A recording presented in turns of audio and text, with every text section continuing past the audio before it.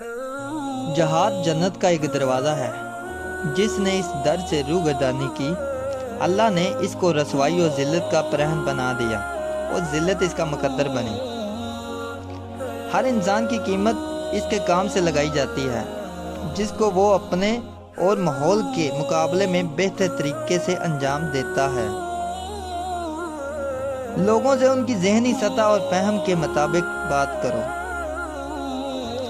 ان دلوں کو بھی آرام دو، ان کے لیے حکمت امیز کام تلاش کرو، کیونکہ جسموں کی طرح دل بھی تھکتے ہیں اور اکتا جایا بھی کرتے ہیں۔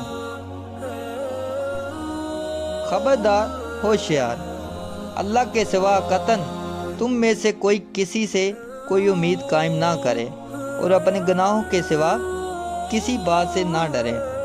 اگر کوئی چیز نہ آتی ہو تو سیکھنے میں شرم محسوس نہ کرے، اور اگر اس سے کوئی ایسی بات دریافت کی جائے جس کو نہ جانتا ہو تو کہہ دے مجھے معلوم نہیں۔